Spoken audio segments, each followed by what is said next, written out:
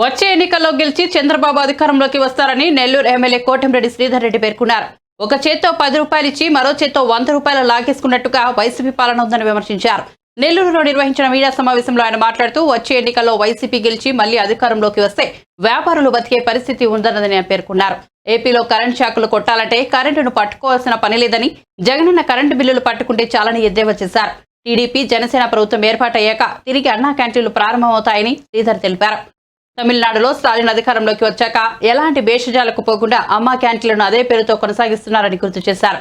జగన్ కు అన్నా క్యాంటీన్ పేరు నచ్చకపోతే జగనన్న క్యాంటీన్ పేరుతో దాన్ని కొనసాగించాల్సిందని, కానీ ఇలా వాటిని మూసేసి పేదల కడుపు కొట్టడం సమంజసం కాదని అన్నారు. 30 ఏళ్లుగా క్వార్టర్స్ కు సరైన ధర లేక వ్యాపారులు ఇబ్బందులు పడ్డారని, ఇప్పుడు అంతర్జాతీయ మార్కెట్లో మంచి ధర పలుకుతున్న వేళ గనులను స్వాధీనం చేసుకోవడంతో వ్యాపారులు రోడ్డున పడే పరిస్థితి వచ్చిందని ఎమ్మెల్యే ఆవేదన వ్యక్తం చేశారు. ప్రభుత్వ పనితీరు చూశారు, ముఖ్యమంత్రి జగన్మోహన్ రెడ్డి గారి పనితీరు చూశారు. ముఖ్యంగా సామాన్య కుటుంబాలు, పేద కుటుంబాలు, మధ్యతరగతి కుటుంబాలు, యువత అందరూ చెప్పే మాట ఒకే ఒక్క మాట, కుడి చేత్తో 10 రూపాయలు ఇచ్చి ఎడమ చేత్తో 100 రూపాయలు లాక్కునే ప్రభుత్వాన్ని. కూరగాయల ధరలు పెరిగాయి, నిత్యావసర వస్తువుల ధరలు పెరిగాయి. కరెంటు ఛార్జీలు అయితే మామూలుగా కరెంటు తీగలు పట్టుకుంటే షాక్ కొడతాయి.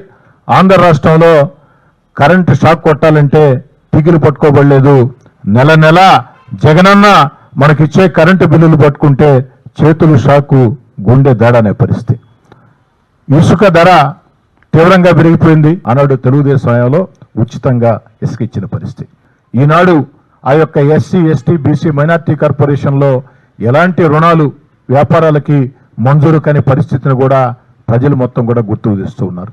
అయ్యా, పేదవాడి ఆకలిని తీర్చే అన్నా క్యాంటీన్లు మూసివేయటం ఎంతవరకు సమంజసం? పక్కనుండే తమిళనాడు రాష్ట్రంలో జయలలిత అమ్మా క్యాంటీన్ పెడితే స్టాలిన్ గారు ముఖ్యమంత్రి అయిన తర్వాత జయలలిత గారు పెట్టారు కదా అని ఏమాత్రం భేషజాలకు పోకుండా అమ్మా క్యాంటీన్ అనేది పేదవాడి ఆకలిని తీర్చే క్యాంటీన్ ఖచ్చితంగా ఉండాలని అమ్మా పేరుతోనే, అమ్మా క్యాంటీన్ పేరుతోనే ఆ యొక్క నిర్వహిస్తూ ఉన్నారు. ఆంధ్ర రాష్ట్రంలో అన్న ఎన్టీఆర్ పేరుతో క్యాంటీన్లు పెట్టారు. ఒకవేళ ఆ పేరు జగన్ గారికి ఇష్టం లేకుంటే జగనన్న క్యాంటీన్ పెట్టి నడిపి ఉండొచ్చు కదా. అలా కాకుండా ఈ యొక్క అన్నా క్యాంటీన్లు మూసివేసి పేదవాడి కడుపు కొట్టడం ఎంతవరకు సమంజసమైన పరిస్థితి.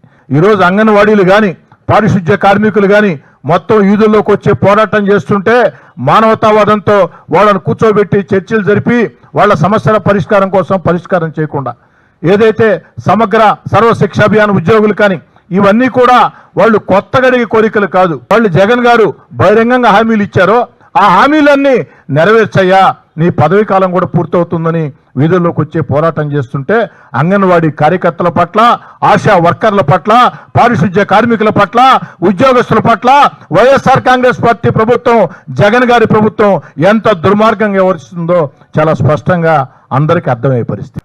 మనం అనుకుంటాం పాపం ప్రజలు ఏం మాట్లాడలేని, కానీ ప్రజలు బహిరంగంగా మాట్లాడకపోవచ్చు. ఎందుకంటే మాట్లాడితే కేసులు కాబట్టి, వేధింపులు కాబట్టి మాట్లాడకపోవచ్చు. కానీ మాట్లాడాల్సిన చోట వాళ్ళ ఇళ్లలో, వాళ్ళ కుటుంబాలతో, వాళ్ళ స్నేహితులతో మాట్లాడుతూ ఉంటారు.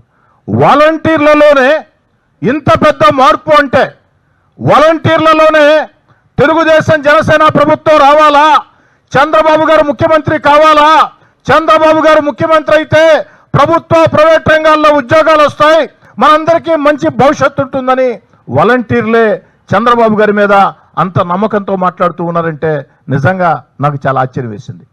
రాజధాని లేని రాష్ట్రం ఆంధ్రప్రదేశ్. ఈనాడు దేశంలో ప్రతి రాష్ట్రానికి కూడా రాజధాని ఉంది.